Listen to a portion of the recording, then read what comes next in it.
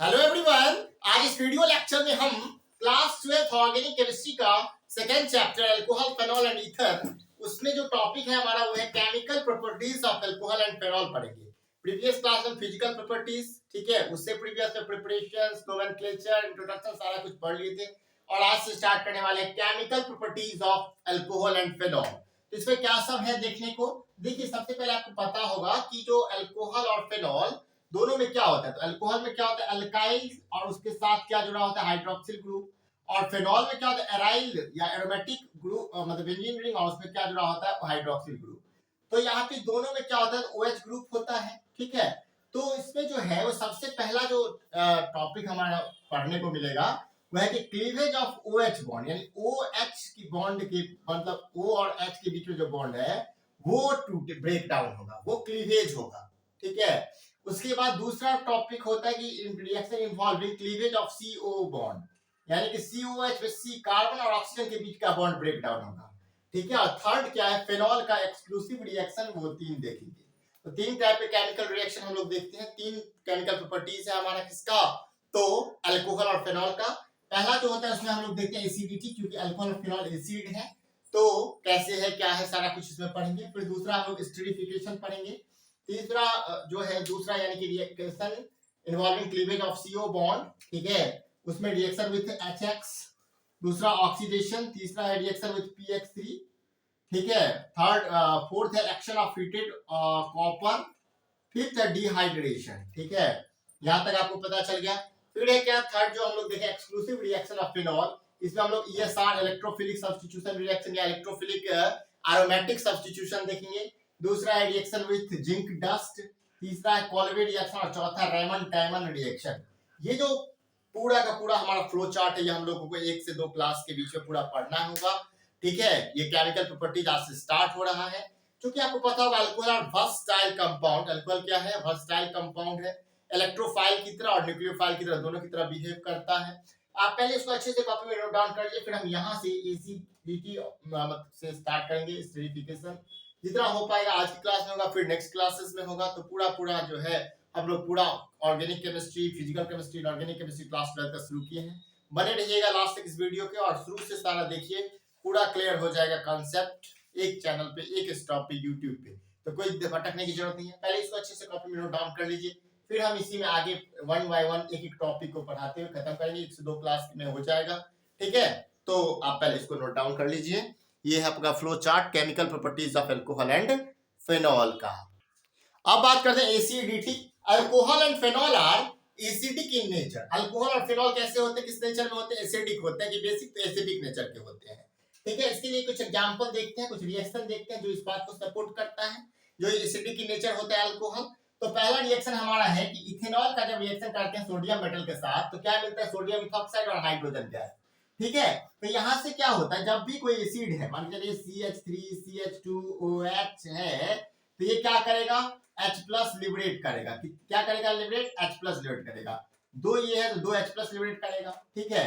और जैसे आपको पता होगा कि सोडियम मेटल है, सोडियम मेटल है तो इसका क्या होता है, एटॉमिक नंबर सोडियम का है जब ये न्यूट्रल स्टेट में होता है 11 281, ठीक है। जब ये एक इलेक्ट्रॉन को ये निकालेगा, लिबरेट करेगा एक इलेक्ट्रॉन को, तो ये क्या होगा, स्टेबल होगा।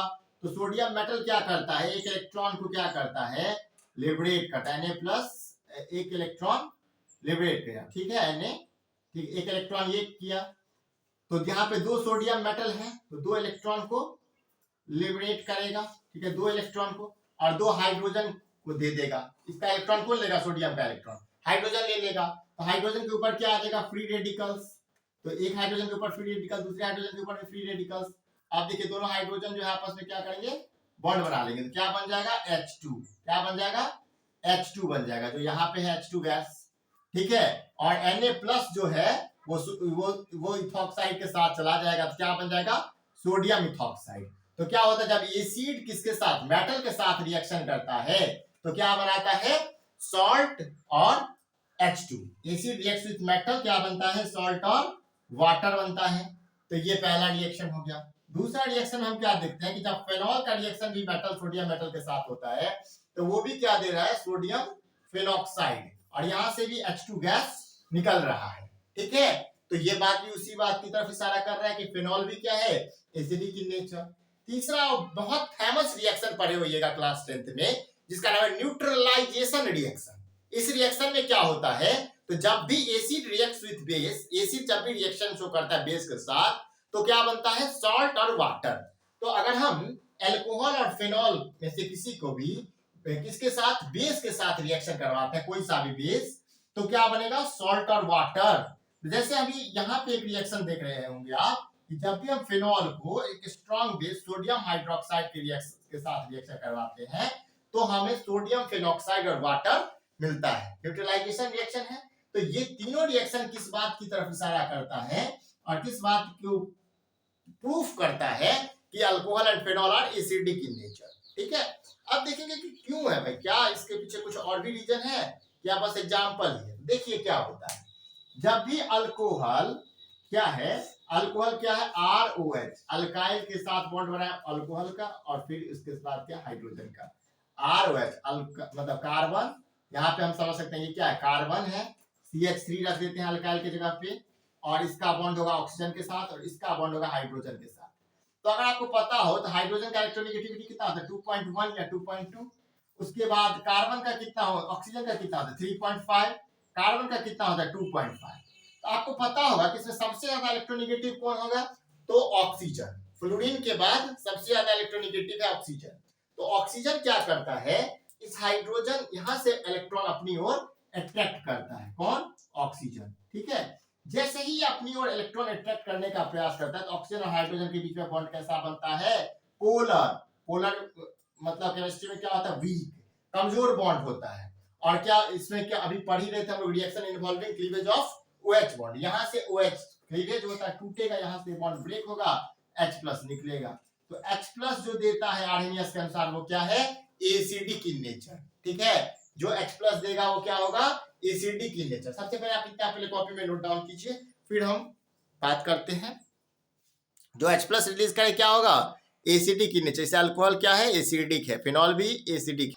अब अगर बात करें तो देखिए क्या होता है, अभी हम बोले क्या कि ये जो है ना एल्काइल ग्रुप में OH लगा हुआ होता है।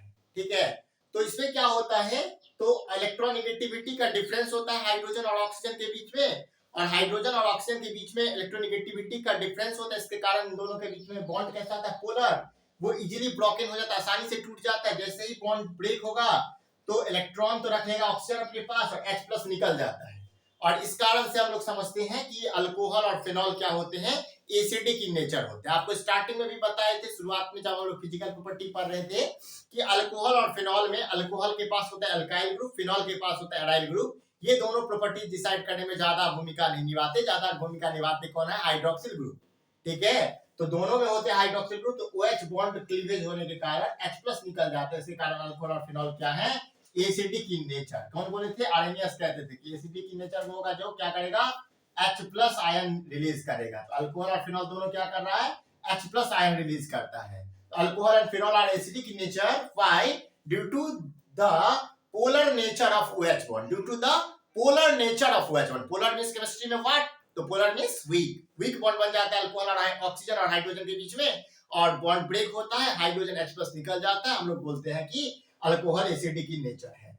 अगर अल्कोहल में primary alcohol, secondary alcohol, tertiary alcohol ले हम, ठीक है, और उसमें हम कोई इलेक्ट्रॉन डोनेटिंग ग्रुप लगाते हैं, जैसे कोई अल्काइल ग्रुप लगाते हैं, EDG हम लगाते हैं, कोई अल्काइल लगाते हैं वगैरह कोई, तो क्या करेगा, वो इलेक्ट्रॉन डोनेट करना चालू करेगा। तो इसमें क्या होगा, एक लगा है, क्या प्राइमरी अल्कोहल, दो है तो क्या है, जिस कार्बन पर OH है वो 2 कार्बन से जुड़ा हुआ है। सेकेंडरी अल्कोहल, जिस कार्बन पर OH है 3 कार्बन जुड़ा है, टर्शियरी अल्कोहल। तो प्राइमरी, सेकेंडरी, टर्शियरी अल्कोहल लिखा हुआ है। इसमें कंपेयर करें कि कौन ज्यादा एसिडिक है, कौन कम एसिडिक है, इस बात का निर्णय कौन करेगा। तो यहाँ पे क्या लगा दिया हम लोग, electron donating group, alkyl group. यहाँ भी एल्काइल लगा, यहाँ भी एल्काइल है। क्या शो कर रहा है, प्लस इंडक्टिव इफेक्ट शो कर रहा है। आपको पता है कि प्लस इंडक्टिव इफेक्ट जो होता है वो इनवर्सली प्रोपोर्शनल होता है एसिडिक स्ट्रेंथ के। जितना ज्यादा मतलब इलेक्ट्रॉन डोनेटिंग ग्रुप लगेगा, उतना जो है वो एसिडिक स्ट्रेंथ जो है वो घटेगा। ठीक है, तो ये बात है। तो यहां से कहने का मतलब है, देखिए क्यों घटता है, क्योंकि देखिए जैसे ये इलेक्ट्रॉन डोनेटिंग ग्रुप है, ये कार्बन को इलेक्ट्रॉन प्रोवाइड कर रहा है, कार्बन को ऑक्सीजन से लेने की आवश्यकता नहीं है, तो ऑक्सीजन भी धीरे धीरे उतना तेजी से या ज्यादा इलेक्ट्रॉन नहीं खींचता है हाइड्रोजन से। ठीक है, 2 दे रहा है तो और कम खींचने की आवश्यकता पड़ी, इस दोनों के बीच कम पोलरिटी बढ़ रहा है, ठीक है, ज्यादा नहीं वो ऑक्सीजन इलेक्ट्रॉन को अपनी ओर अट्रैक्ट कर रहा है, इसके कारण कम जो है वो ये बॉन्ड नॉन पोलर मतलब उतना ज्यादा पोलर नहीं हो रहा है। 3 दे रहा है तो और कमी कम है, ठीक है, तो इसलिए ये जो है एसिडिटी सबसे ज्यादा एसिड इसमें प्राइमरी अल्कोहल होगा, देन सेकेंडरी, देन टर्सरी। तो plus I effect inversely proportional to acidic strength, मतलब जितना इलेक्ट्रॉन डोनेटिंग ग्रुप लगेगा उतना एसिडिक स्ट्रेंथ घटता जाएगा। ये बात है, सबसे ज्यादा एसिडिक स्ट्रेंथ इसमें है प्राइमरी अल्कोहल का, देन सेकेंडरी का, देन टर्सरी अल्कोहल का। बात समझ में आ रहा होगा।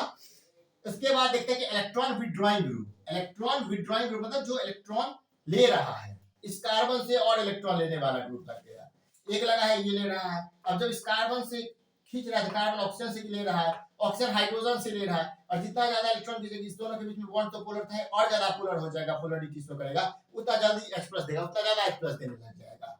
तो अगर क्या बोलते हैं माइनस आई इफेक्ट जितना बढ़ेगा उतना बेसिक स्ट्रेंथ जो है वो क्या हो जाएगा, उतना जो है वो क्या होगा, बेसिक स्ट्रेंथ घटेगा।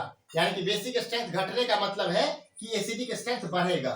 तो टर्शियरी अल्कोहल सबसे ज्यादा एसिडिक होता है क्योंकि सब तीनों अपना ले रहा है और कार्बन ऑक्सीजन से खींच रहा है, ऑक्सीजन हाइड्रोजन से लगातार ले रहा है, तो इससे क्या हो रहा है जल्दी बॉन्ड ब्रेक होगा, जितना जल्दी बॉन्ड ब्रेक होगा, जितना ज्यादा H+ देगा उतना अच्छा एसिडिक स्ट्रेंथ होगा। तो ये पूरा आप नोट काउंट कर लीजिए, बेसिक स्ट्रेंथ कमेगा, जितना माइनस आई इफेक्ट बढ़ेगा बेसिक स्ट्रेंथ कमेगा, जितना प्लस आई इफेक्ट बढ़ेगा एसिडिक स्ट्रेंथ कमेगा, ठीक है, एसिडिक स्ट्रेंथ कमेगा तो बेसिक स्ट्रेंथ बढ़ेगा, उल्टा, ठीक है। जल्दी से आप कॉपी में नोट डाउन कर लीजिए, फिर हम और आगे बढ़ते हैं, ठीक है, इस बात को भी समझ के अच्छे से कॉपी में नोट डाउन कर लीजिए। अब देखते हैं अल्कोहल और फेनॉल। अल्कोहल में और वाटर में ज्यादा एसिडिक कौन होता है और कम एसिडिक कौन होता है। तो देखिए क्या होता है, अल्कोहल में क्या होता है, चूंकि ROH है और वाटर होता है H2O, तो वाटर जो डिसोसिएट होगा वो होगा H+ और OH- में, और अल्कोहल जो डिसोसिएट होगा वो होगा H+ और OR, ठीक है। यानी कि हाइड्रोनियम आयन दोनों देगा और एक होगा अल्कोक्साइड, एक होगा हाइड्रोक्सिल, ठीक है। तो हाइड्रोक्साइड आयन जो है और अल्कोक्साइड आयन में देखेंगे तो देखिए इसमें H है, कोई विड्रॉइंग ग्रुप या डोनेटिंग ग्रुप तो नहीं है, और यहाँ पे इलेक्ट्रॉन डोनेटिंग ग्रुप है, तो इलेक्ट्रॉन डोनेटिंग ग्रुप तो और इसको इलेक्ट्रॉन दे ही रहा है, तो इसलिए सीधा बात समझिएगा कि वाटर जो है वो वाटर का एसिडिक स्ट्रेंथ अच्छा या ज्यादा होता है कंपेयर टू अल्कोहल। बात समझ में आ गया, वाटर जो है ज्यादा एसिडिक स्ट्रेंथ होता है अल्कोहल के कंपैरिजन में।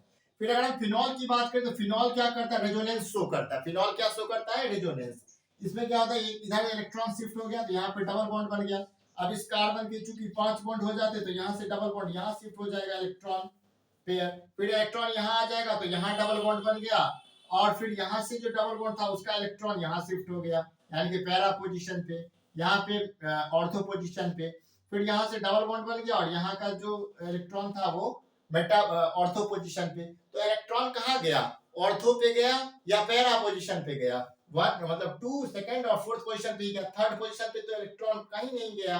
तो इसका मतलब ये बात होता है इसमें कि जब भी कभी हम इलेक्ट्रॉन विड्रॉइंग ग्रुप भी डालते हैं लगाते हैं जैसे NO2 ग्रुप वगैरह, तो इसमें अगर एसिडिक स्ट्रेंथ की बात करें तो पैरा पोजीशन का जो है सबसे अच्छा एसिडिक स्ट्रेंथ होता है, देन ऑर्थो पोजीशन का पैरा से कम इसलिए तो देखिए हाइड्रोजन बढ़ता है, नजदीक में बन रहा है, और यहाँ पे 180 डिग्री का डिस्टेंस होता है, तो दूरी के कारण सबसे अच्छा एसिडिक स्ट्रेंथ शो कौन करता है, तो पैरा पोजीशन पैरा नाइट्रोफिनॉल, उसके बाद जो है वो ऑर्थो नाइट्रोफिनॉल, और सबसे लिस्ट एसिडिक स्ट्रेंथ होता है मेटा नाइट्रोफिनॉल का, क्योंकि मेटा पोजीशन पे कहीं पे भी आपको इलेक्ट्रॉन पेयर नहीं दिखेगा, जहां भी इलेक्ट्रॉन पेयर दिखेगा यानी इलेक्ट्रॉन डेंसिटी दिखेगी, इलेक्ट्रॉन क्लाउड दिखेगी, वो चाहे तो ortho position of benzene ring, ortho position of phenol, या आपको para position of phenol, Meta position पे कहीं पे आपको इलेक्ट्रॉन नहीं दिखेगा। नोट डाउन कीजिए जल्दी से कॉपी में, ठीक है।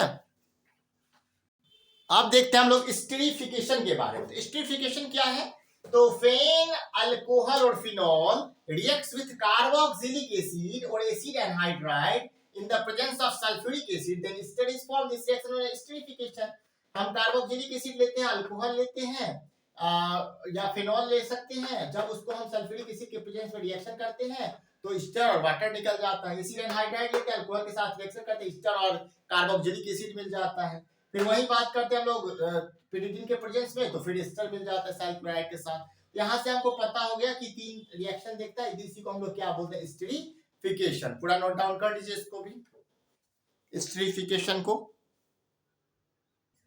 अब हम लोग लास्ट की तरफ बढ़ रहे हैं, एसिटाइलेशन यानी फॉर्मेशन ऑफ एस्पिरिन। यहाँ पे क्या होता है, जब हम सैलिसाइलिक एसिड, तो सैलिसाइलिक एसिड किसको बोलते हैं, ध्यान रखिएगा, सैलिसाइलिक एसिड बोलते हैं उस कंपाउंड को। जब बेंजीन रिंग पे OH लगा हो तो क्या होगा, फिनॉल, और फिनॉल की ऑर्थो पोजीशन पे कार्बोक्सिलिक एसिड COH हो, इसको हम क्या बोलते हैं, सैलिसाइलिक एसिड।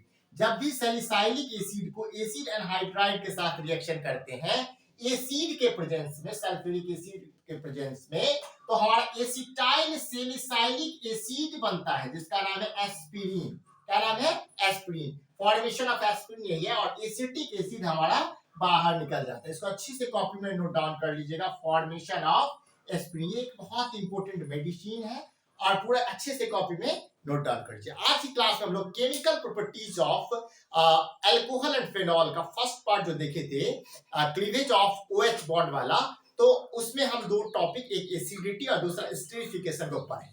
और जो फ्लो चार्ट में जो टॉपिक है सबको हम 1 बाय 1 कंप्लीट पढ़ेंगे।